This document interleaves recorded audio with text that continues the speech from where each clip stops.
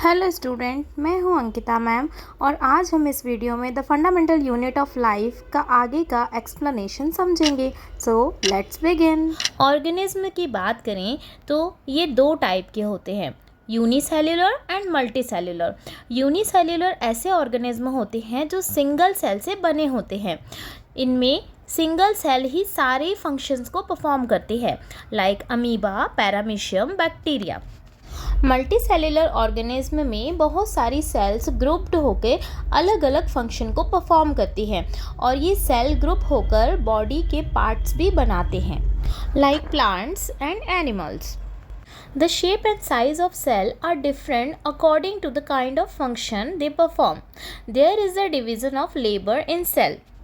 Each cell has certain kind of cell organelle to perform different type of function like mitochondria for respiration. Types की बात करें तो sales to type के होते हैं, prokaryotes and eukaryotes. ऐसे cell जिनमें न्यूक्लियर मेम्ब्रेन नहीं होता है उन्हें प्रोकैरियोट्स कहा जाता है और जिनमें न्यूक्लियर मेम्ब्रेन होगा उन्हें यूकैरियोट्स कहते हैं.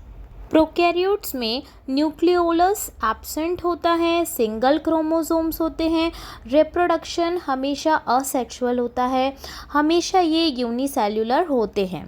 जबकि यूकैरियोट्स में न्यूक्लियोलस प्रेजेंट होता है, इनमें सिंगल या मल्टी क्रोमोसोम्स होते हैं, रिप्रोडक्शन दोनों तरह से हो सकता है, सेक्सुअल और असेक्सुअल, और ये जनरली मल्टीसेल्युलर होते हैं. अब हम बात करेंगे animal cell and plant cell के बारे में. एनिमल सेल की बात करें तो इनमें सेल वॉल, प्लास्टिड एब्सेंट होते हैं, सेंट्रियोल प्रेजेंट होते हैं, गोल्गी बॉडीज़ भी प्रेजेंट होती हैं, वैक्यूल एब्सेंट होते हैं और अगर ये प्रेजेंट होते भी हैं तो बहुत स्मॉल साइज़ के होते हैं, सेंट्रोसोम प्रेजेंट होते हैं. जबकि प्लांट सेल की बात करें तो इनमें सेल वॉल, प्लास्टिड प्रेजेंट होते हैं, सेंट्रियोल एब्सेंट होते हैं, गोल्गी बॉडीज़ प्रेजेंट होती हैं, वैक्यूल प्रेजेंट होते हैं, ये लार्ज साइज़ के होते हैं, एंड सेंट्रोसोम एब्सेंट होते हैं. बच्चों, एक बात मैं आप लोगों को बता दूं कि ये प्लांट सेल और एनिमल सेल का डायग्राम बहुत इंपॉर्टेंट है, ये ज़रूर प्रिपेयर कीजिएगा. चलिए जानते हैं डिफ्यूज़न क्या है. The movement of a substance from a region of higher concentration to the region of lower concentration is called diffusion. ऐसा मूवमेंट जो हायर कंसंट्रेशन से लोअर कंसंट्रेशन पर हो उसे डिफ्यूज़न कहा जाता है.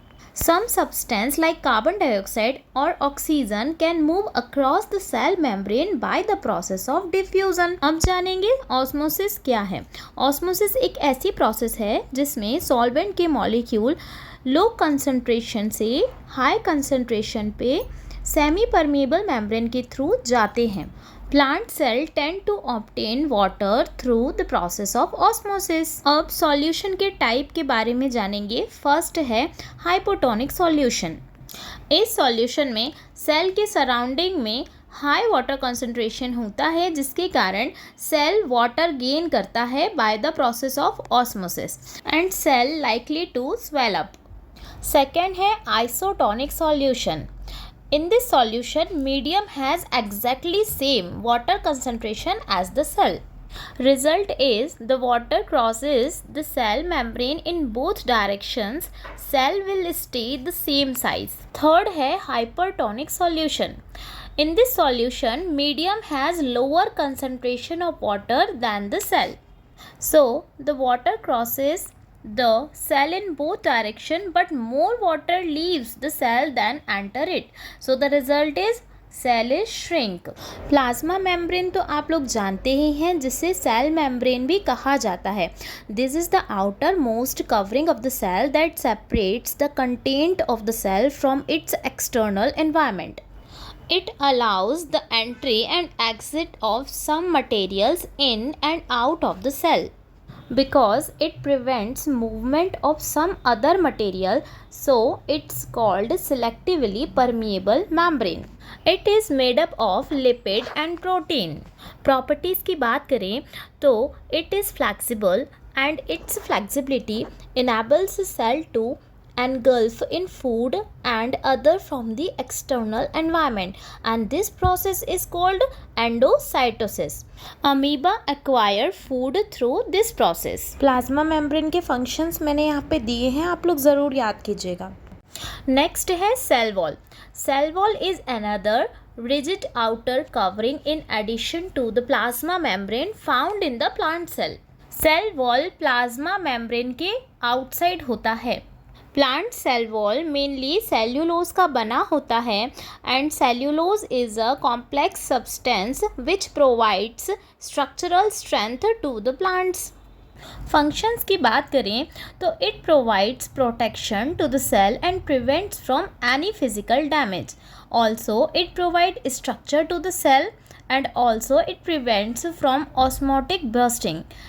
It protects the protoplasm against injury. Also, it controls intercellular transport.